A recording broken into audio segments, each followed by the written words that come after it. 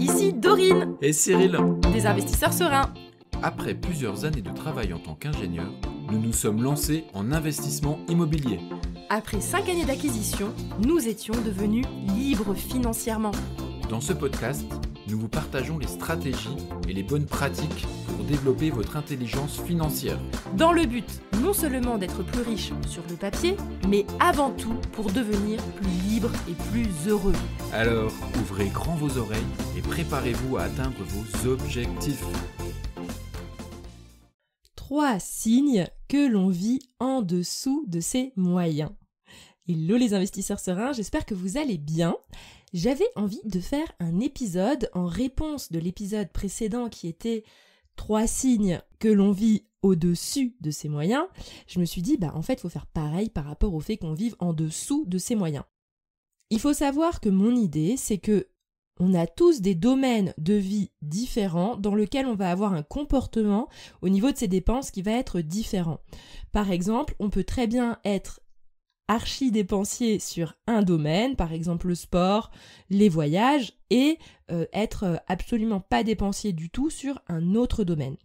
Et donc du coup, ces 2 épisodes, donc grâce à ce deuxième également, l'idée c'est de réfléchir un petit peu où est-ce qu'on se situe par rapport aux différents domaines.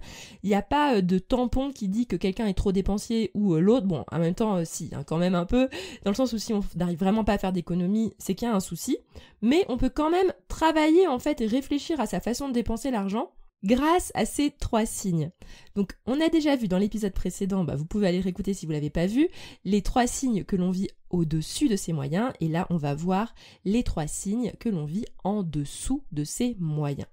Le premier signe que l'on vit en dessous de ses moyens, je l'appelle la perte de temps, qui est inutile et pas placée au bon endroit.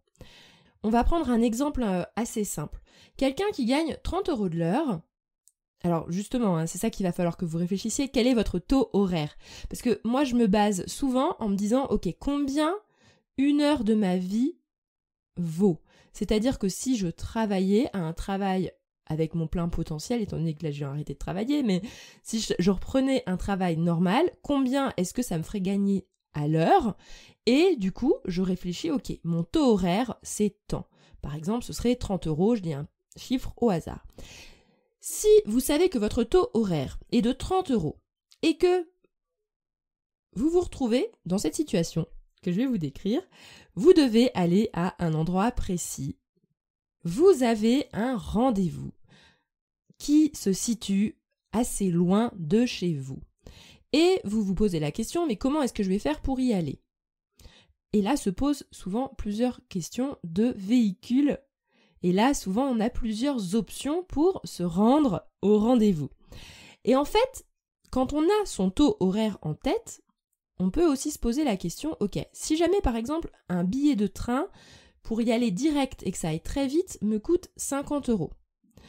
Mais que si je prenais ma voiture, ça me prendrait seulement 20 €. Et si jamais je prends le bus, ça me coûterait 5 €. Mais le train, ça me prendrait seulement 1 heure pour y aller. Si je prends la voiture, ça me prend 3 heures.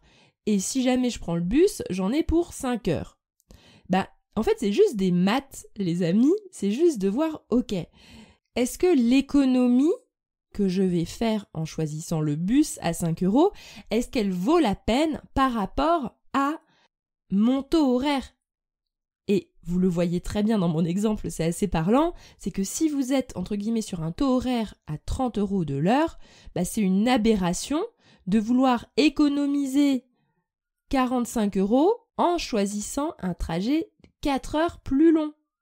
Évidemment, il faut aussi se poser des questions sur qu'est-ce qui est le plus fatigant pour moi, si j'aime conduire ou pas. Forcément, on va se poser ces questions. Mais pourquoi est-ce que je vous parle de ça? C'est que, en fait, il y a beaucoup de personnes qui n'ont pas en tête leur taux horaire. Est-ce que vous, là, quand je vous parle, vous connaissez votre taux horaire? Quel est le montant où vous perdriez volontairement 1 heure de votre vie? Si par exemple, je vous disais, vous restez assis là pendant 1 heure et je vous donne 20 €, est-ce que vous le faites? Est-ce que si jamais je vous donnais 30 €, est-ce que vous le faites? Est-ce que si je vous donne 50 €, est-ce que vous le faites? Et en fait, le fait d'avoir ce taux horaire toujours en tête va vous permettre de prendre aussi les meilleures décisions pour ne pas perdre du temps inutilement.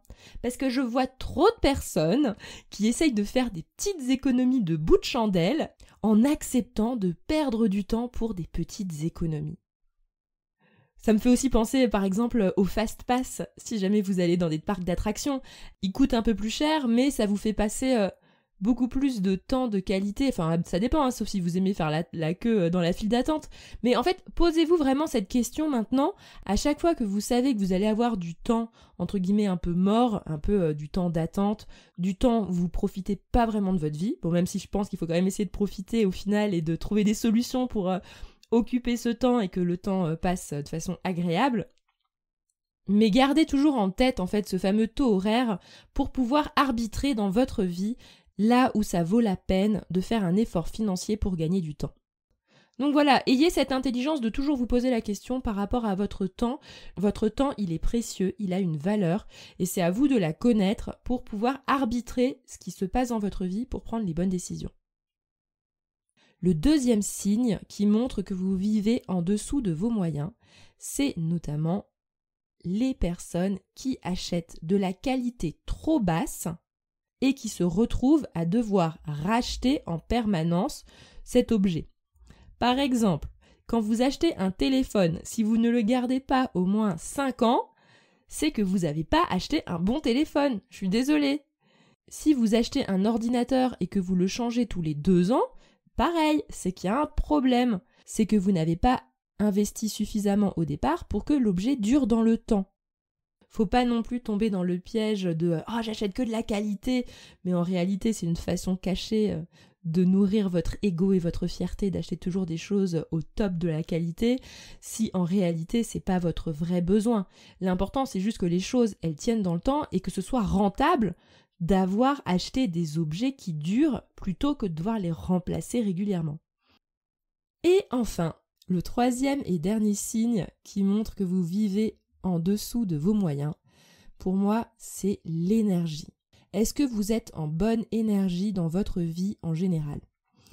Pourquoi est-ce que je dis ça ? C'est-à-dire, est-ce qu'il y a des situations où si vous dépensiez un peu plus d'argent, vous auriez une meilleure vitalité, une meilleure énergie et vous seriez beaucoup plus productif, on va dire, beaucoup plus dans l'optique que cette énergie vous aide à réaliser vos projets.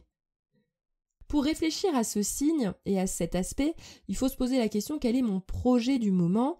Quel est mon projet ? Par exemple, ça peut être investir en immobilier, je veux absolument le faire, mais le soir, je n'ai pas d'énergie. Eh bien, pourquoi pas se poser la question, ok, qu'est-ce que je pourrais faire ? Qu'est-ce que je pourrais éventuellement mettre en place pour avoir plus d'énergie le soir pour pouvoir justement travailler sur mon projet ? Peut-être que c'est au niveau de mon ordinateur où ça va pas et je baisse en productivité parce qu'il n'est pas assez bon, il est trop lent, il rame, il a vraiment un souci. Peut-être que c'est au niveau de l'environnement, de votre bureau qui n'est pas assez bien agencé, ça vous donne pas envie de travailler. Donc en fait, vous voyez l'idée, c'est que il faut se poser la question, est-ce que parfois les économies que vous faites vont finalement baisser votre productivité et vous ralentir dans vos projets. Et quand vous détectez cela, à ce moment-là, il vaut mieux du coup augmenter un peu ses dépenses sur ce point-là pour réussir à augmenter en fait ses chances de réussite dans ces projets. Voilà en tout cas les 3 indicateurs que je trouve intéressants à réfléchir pour essayer de trouver le bon équilibre dans ces dépenses pour que justement les dépenses que l'on fait servent nos objectifs et non pas que nos dépenses nous plombent et nous empêchent d'avancer. Donc voilà, j'espère que ce petit épisode de réflexion par rapport à vos dépenses vous a fait du bien. Je pense que je vais peut-être vous faire un dernier épisode sur comment trouver le juste milieu par rapport à ces dépenses pour qu'elles soient entre guillemets raisonnables et qu'elles servent nos objectifs. Comme ça, je vais peut-être en faire un petit dernier là-dessus et bien sûr après on va repasser sur des sujets un peu plus immobiliers. Je vous souhaite à tous une excellente journée et à bientôt. Et voilà, l'épisode du jour est terminé. Mais avant de finir, pense à t'abonner au podcast pour ne rater aucun épisode. parce que nous sommes ici toutes les semaines, sans faute, pour t'apprendre non seulement à devenir plus riche sur le papier, mais surtout pour augmenter ta liberté.